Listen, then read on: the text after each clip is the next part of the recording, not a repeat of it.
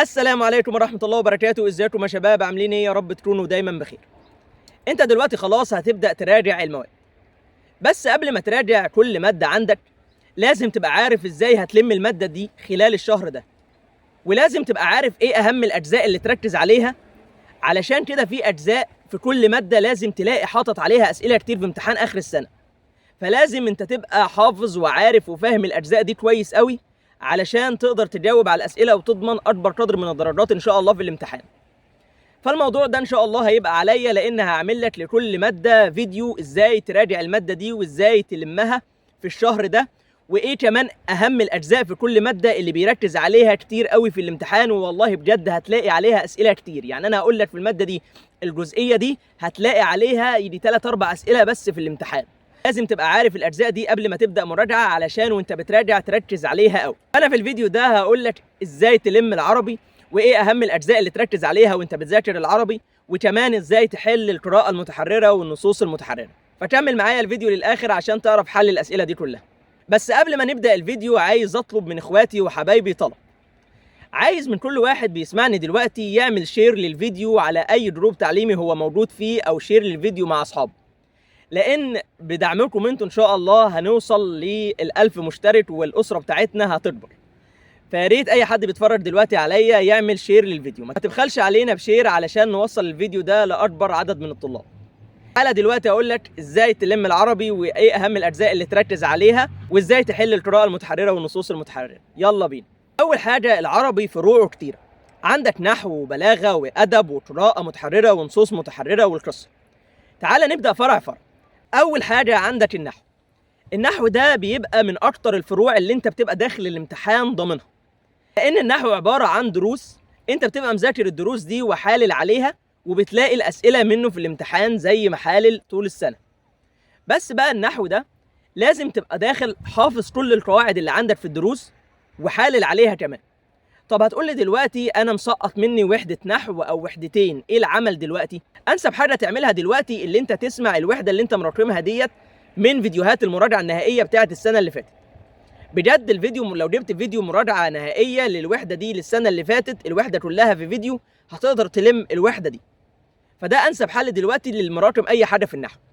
ونقطه كمان في النحو، لازم تركز على القواعد التراكميه بتاعه السنين اللي فاتت. هتقول لي ده العربي المنهج النحو بتاع ثالثه ثانوي جايب من اول حاجه الهمزات لحد الاخر مش سايب حاجه. في كام قاعده كده مسقطين في النص، مسقطين عندك في المنهج كام قاعده بيحب يحط عليهم اسئله في الامتحان. وانت هتلاقي القواعد دي في فيديو كنا عملناه على القناه، هسيب لك اللينك بتاعه في الديسكريبشن. نيجي على الفرع الثاني وهو الادب. الادب من الفروع اللي لازم تبقى حافظها، بيتحفظ كده. لازم تحفظ الادب وتركز فيه على كام حاجه. لازم تركز على اسماء الشعراء، ولازم تركز على سمات المدرسه، علشان مثلا انت ممكن لما تقرا اسم الشاعر في الابيات النصوص اللي عندك تلقط على طول المدرسه دي مدرسه ايه، وكمان سمات المدرسه دي. دول اهم حاجتين في الادب لازم تبقى مركز عليهم جامد. ثالث الفروع اللي عندك البلاغه. البلاغه كانت من وجهه نظري من اسهل الفروع اللي عندي في الماده، لان البلاغه بتاعت منهج ثالثه ثانوي بسيطه وحلوه، ولازم تبقى مركز كمان على التشبيه وعلى الاستعاره بتوع السنين اللي فاتت اولى وثانيه ثانوي. لازم تبقى مركز على التشبيه والاستعاره، الاستعاره التصريحيه والاستعاره المتنيه كمان، لان الحاجات دي بتلاقي منها في الامتحان. ولازم تبقى مركز بقى على علاقات الجمل، عندك التعليل والنتيجه والتفصيل بعد اجمال واجمال بعد تفصيل. لازم تبقى مركز على الحاجات دي لان هتلاقي منها اسئله في الامتحان. بالنسبه بقى لاهم سؤال بيتسال، ازاي احل القراءه المتحرره وازاي احل النصوص المتحرره.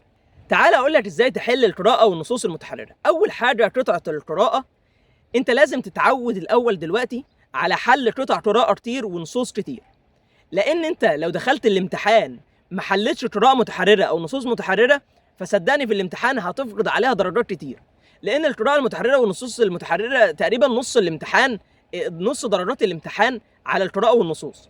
فانت لازم الفتره دي تحل قراءه متحرره ونصوص متحرره كتير. طيب ازاي تحلهم بقى؟ اول حاجه انت عندك قطعه القراءه هتجيبها، تقرا القطعه دي وتقسم القطعه دي لفترات، وتعمل لكل فتره عنوان. مهم جدا الكلام ده، ليه؟ لان انت اما تفهم كل فتره لوحدها وتعمل لها عنوان على طول القطعه، فانت اما تيجي في الاسئله تحت بدل ما تقعد تدور بقى على السؤال في القطعه كلها، لا ده انت عارف الفترات ومقسمها وحاطط لكل فتره عنوان، فانت هيبقى سهل اللي انت تدور على الاسئله دي. وكمان بتلاقي في القطعه اول سؤال بتتساله تحت عن معنى كلمه معينه. لازم وانت بتقرا القطعه تحاول تخمن المعنى ده من دماغك قبل ما تنزل تحت. تخمن المعنى ده وتكتبه فوقه وتيجي تنزل تحت. لازم مهم جدا اللي انت تقرا القطعه كويس وتقسمها فترات زي ما قلنا، وتعمل لكل فقره عنوان. وكمان لازم تبقى الكلمه الصعبه اللي هو حاطط تحتها خط لازم تبقى انت حاطط احتمال المعنى فوقها، علشان اما تنزل يبقى الدنيا سهله عليك شويه. بجد القراءه المتحرره يعني لو جينا قارناها بالنصوص فالقراءه اسهل بكتير من النصوص، بس لو قراءه ونصوص وما حلتش وجيت داخل على الامتحان تحل، صدقني هتخسر درجات كتير. فانت لازم دلوقتي تحل قراءه متحرره ونصوص متحرره. طب النصوص المتحرره بقى هتقول انا ما بعرفش اقراها والحاجات دي، عادي يا عم، مش لازم تقراها يا عم. انت المهم اللي انت تبقى عارف الكلام. هتقول لي فيه كلام كتير برضه مش فاهمه، مش لازم كل الكلام تفهمه، لازم بس انت تلقط المعنى العام بتاع الابيات. انت لو لقطت المعنى العام خلاص انت الدنيا اتحلت بالنسبه لك. فمهم جدا الفتره دي تحل قراءه متحرره ونصوص متحرره كتير، وما تكسلش في الحته دي علشان بجد عليهم تقريبا نص درجات الامتحان على القراءه المتحرره والنصوص المتحرره. فالاجزاء اللي لازم تبقى مركز عليها وانت بتذاكر العربي، عندك النحو قلنا لازم تبقى مذاكر الدروس وحلل عليها، وقلنا حته اللي هي القواعد التراكميه اللي بيجيبها كل سنه، وقلت لك ما تخافش لان انا عامل فيديو على القواعد التراكميه، هسيب لك اللينك بتاعه في الديسكريبشن. وبالنسبه بقى للقراءه والنصوص قلنا لازم تحل كتير الفتره دي. والقراءه في اسئله عندك بيجي لك اسئله زي معنى الكلمه، لازم تبقى انت تحاول تلقط المعنى بتاعها من القطعه قبل ما تبص في الاجابات. بالنسبه بقى للبلاغه فقلنا ركز على علاقات الجمل، وركز على التشبيه والاستعاره، وبالذات الاستعاره المتنيه تقريبا يعني ب 90% بتبقى استعاره متنيه. وبالنسبه للقصه قلنا اسئله الموازنه لازم تحلها باللي انت تستبعد الغلط. لو استبعدت الاختيارين الغلط اللي بيبقوا واضحين هيبقى بالنسبه لك سهل اللي انت تختار الاختيار الصح. وقلنا الادب ركز على اسماء الشعراء وعلى سمات المدرسه، مهم جدا عشان تعرف تلقط اسم المدرسه. وبكده نكون خلصنا فيديو النهارده. ولو كده اكتب لي في الكومنتات عايز الفيديو الجاي يبقى على مادة ايه. لسه ما اشتركتش معانا في القناه يا ريت تعمل سبسكرايب وشير للفيديو ما تنساش، ولايك للفيديو. اشوفكم الفيديو الجاي على خير.